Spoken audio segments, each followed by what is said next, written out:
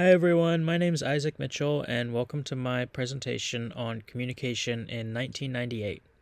For this project, I interviewed my parents, Lisa and Nolan.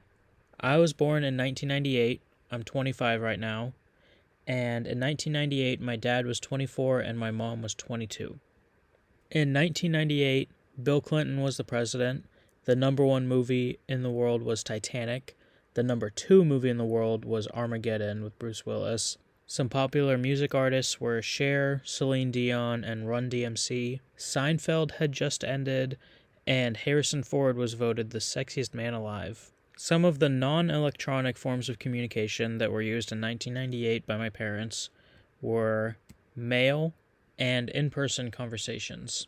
And for electronic communication, some of the options were the telephone, sending a fax, or sending an email. Mail was very similar to how it is today. You write up a letter, print it out or handwritten, and send it through the postal system. One difference between mail today and mail in 1998 is that they didn't have any online package tracking like we have now. And in general, things were a little bit slower. In-person communication was also very similar. People would spend time at the mall or at libraries or parks. The biggest difference was how events were planned. You couldn't text anyone to see if they wanted to hang out. You had to contact them over the phone or just go to their house and see if they were home. The main form of electronic communication that was available was telephones. Cell phones were around in 1998, but my parents didn't have cell phones. They only had a landline phone at home and an answering machine. Things like caller ID or long-distance phone calls cost extra money. If you were calling someone and wanted to leave a message, you only could if they had an answering machine and only if the answering machine had space on it. Sending a fax was less common than using the phone. A fax machine is a device that will scan sheets of paper and send them over phone lines to be printed out at another fax machine. It was similar to how you can attach a PDF to an email, but whatever you sent would print out at their fax machine. These weren't the most convenient way to send things. They were quicker than sending them in the mail because it's instant, but the phone line had to be free in order for you to send a fax. So no one could be using the phone if you wanted to use your fax machine. And all the things that can go wrong with a printer today could also go wrong with the fax machine.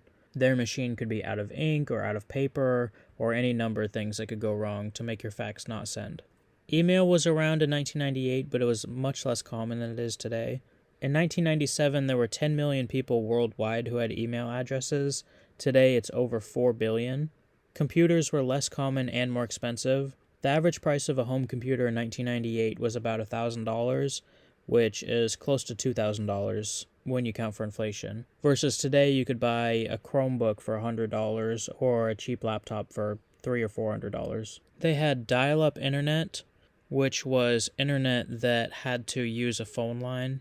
So similar to a fax, you could only use it if no one was on the phone, or if you had multiple phone lines for the same house. My dad said that his internet speed in 1999 was 56 kilobytes per second, and if you compare that to 300 megabytes per second, which is a common internet speed today, internet today is 5,000 times faster than it was then. Let's take a look at social media in 1998. AOL Chat launched in 1997.